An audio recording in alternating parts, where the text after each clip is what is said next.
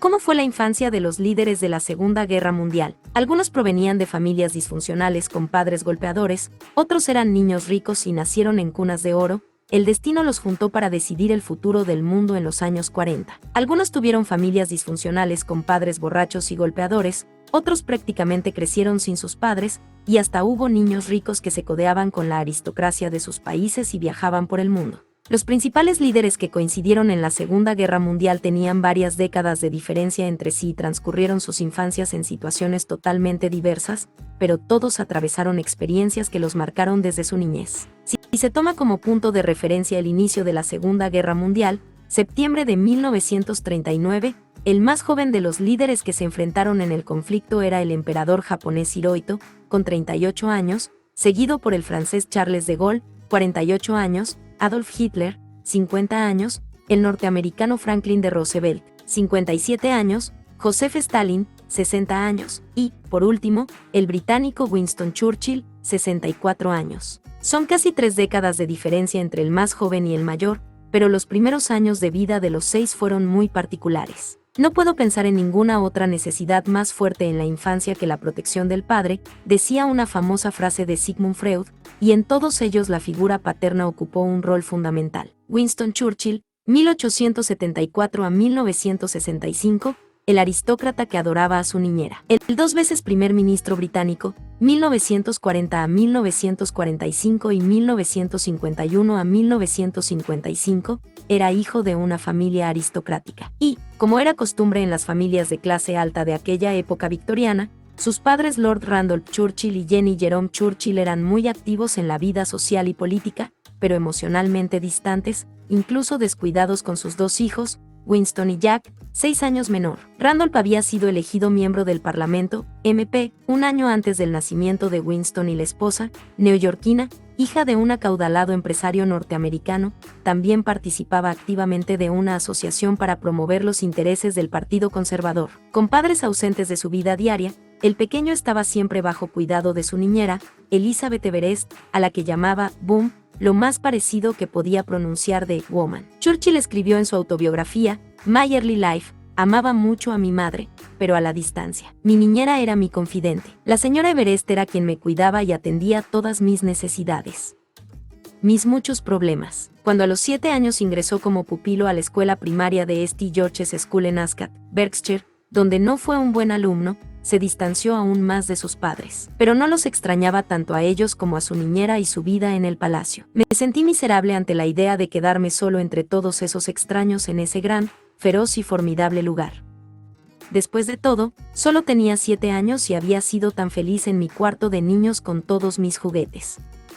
Tenía juguetes tan maravillosos, una máquina de vapor real, una linterna mágica y una colección de soldados que ya eran casi 1000. Ahora iban a ser solo lecciones, recordó en su autobiografía. El líder que recibió un insólito premio Nobel de Literatura en 1953 escribió un extenso libro biográfico sobre la larga trayectoria política de su padre, que siempre tuvo problemas de salud, y murió a los 45 años, cuando Winston tenía 20, en el que hay mucha admiración pero poco afecto.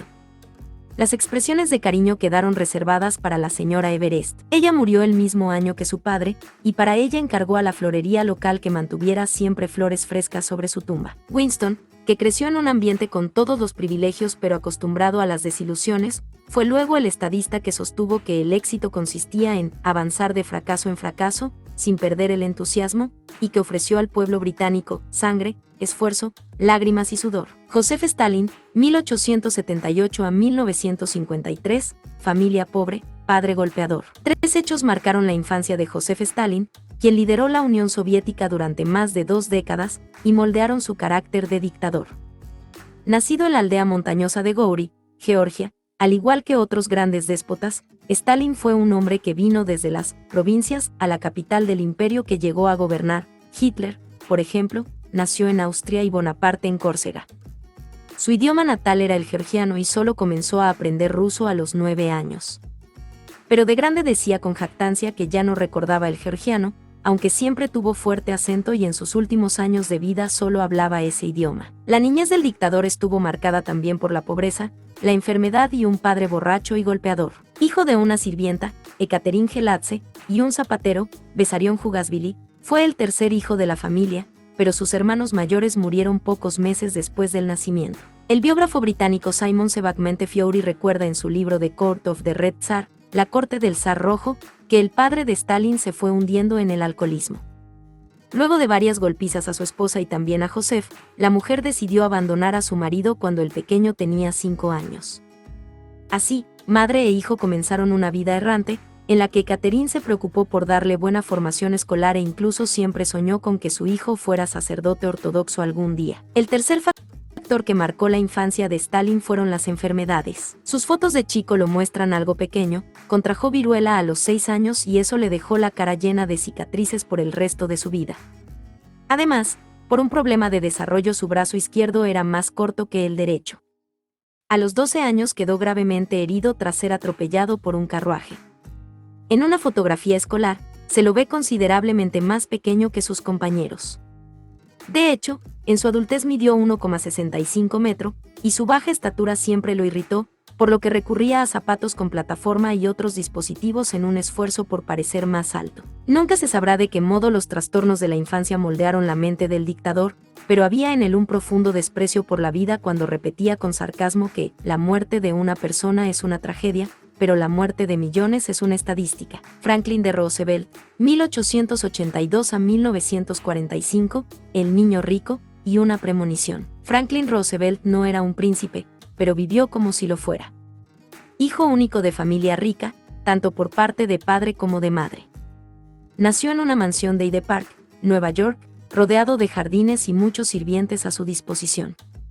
Ya de chico aprendió a andar a caballo, tiro, remo, polo y tenis. Su padre James, que tuvo a Franklin a los 54 años, había contribuido económicamente a la campaña del presidente Grover Cleveland, 1885 a 1889 y 1893 a 1897, y era un visitante habitué de la Casa Blanca. En una de esas visitas llevó a su hijo Franklin de 5 años, y el presidente Cleveland, que seguramente había tenido un día difícil, le hizo un comentario al pequeño que resultó una premonición fallida: mi hombrecito, te voy a hacer un pedido raro, que nunca seas presidente de los Estados Unidos. El error fue mayor de lo previsto porque Franklin no solo llegó a la primera magistratura en 1933, sino que fue el único presidente norteamericano elegido para 4 mandatos seguidos.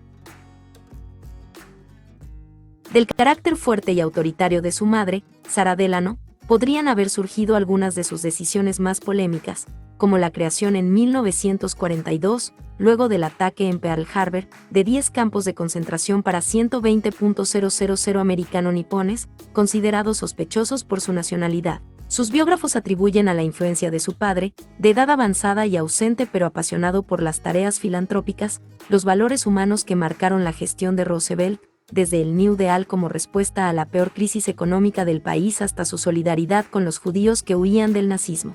En su libro de memorias, el que fue canciller soviético en Estados Unidos, Andrei Gromyko recuerda que Roosevelt no usaba malas palabras. Siempre que hubiera podido ir bien una palabra desagradable, recurría en su lugar al humor. Adolf Hitler, 1889 a 1945, el chico que contaba los azotes. El descubrimiento relativamente reciente, en 2005, de los diarios de Paula Hitler, 1896-1960, la hermana menor de Adolf, y de los medio hermanos Alois, 1882 a 1956, y Angela, 1883 a 1949, echaron luz sobre la etapa de la niñez de uno de los dictadores más siniestros, y una familia de clase media disfuncional con un padre golpeador. Aunque el padre falleció cuando Adolf tenía 13 años, las golpizas de este funcionario de aduanas marcaron a toda la familia, y así las recordó en sus memorias Alois Jr. Una vez, temiendo que mi padre ya no pudiera controlarse en su rabia desenfrenada, ella, la madre de Adolf, decidió poner fin a la golpiza. Subió al ático, cubrió a Adolf que estaba tendido en el suelo, pero no pudo evitar el golpe final de mi padre. Y ella lo recibió sin emitir sonido, recordó Alois Jr. en sus memorias. También la secretaria del dictador, Christe Schroeder, en su libro Él fue mi jefe, citó una anécdota que le contó con orgullo el propio Hitler sobre su infancia. Después de leer un libro del clásico autor de novelas juveniles, Karl May, en el que decía que un hombre valiente no mostraría signos de dolor, el pequeño Adolf decidió no hacer ningún sonido mientras era golpeado por su padre. Además, se dedicó a contar los azotes que recibía. Adolf le dijo con orgullo a su madre: «Papá me golpeó 32 veces y no lloré», recordó Schroeder. Charles de Gaulle, 1890 a 1970, el Gran Espárrago. Cuando lanzó su proclama de resistencia y confianza en la victoria desde los micrófonos de la BBC en Londres el 18 de junio de 1940, mientras el ejército nazi avanzaba sobre Francia, Charles de Gaulle estaba imbuido de convicciones que se elevaban por encima de lo que mostraba la realidad, un poderoso régimen que extendía su dominio por toda Europa. Pase lo que pase, la llama de la resistencia francesa no se apagará, proclamó. Charles, que transcurrió su infancia en París, fue el tercero de 5 hijos de Jean Mayot, perteneciente a una familia de la burguesía industrial, y Henry de Gaulle, profesor de literatura e historia. En su libro Memoires de Guerre, Charles elogió a su madre, que tenía por el país una pasión intransigente igual a su piedad religiosa. La influencia de su padre quedó plasmada en la afición que el futuro jefe de la resistencia francesa y presidente, 1959 a 1969, tuvo por la historia y la literatura. María Agnès, la hermana un año mayor que Charles, recordaba así la vida familiar. «Mis hermanos y yo solo guardamos buenos recuerdos de nuestra infancia. No éramos muy consentidos, pero éramos felices porque estábamos rodeados del cariño de nuestros padres y ellos dos se llevaban muy bien. En casa reinaba la paz, sea por la confianza que le confería su estatura, medía 1,96 metros, y era apodado el Gran Espárrago, o por los ideales en los que fue formado. Charles tuvo de chico una premonición sobre un futuro sobresaliente para él.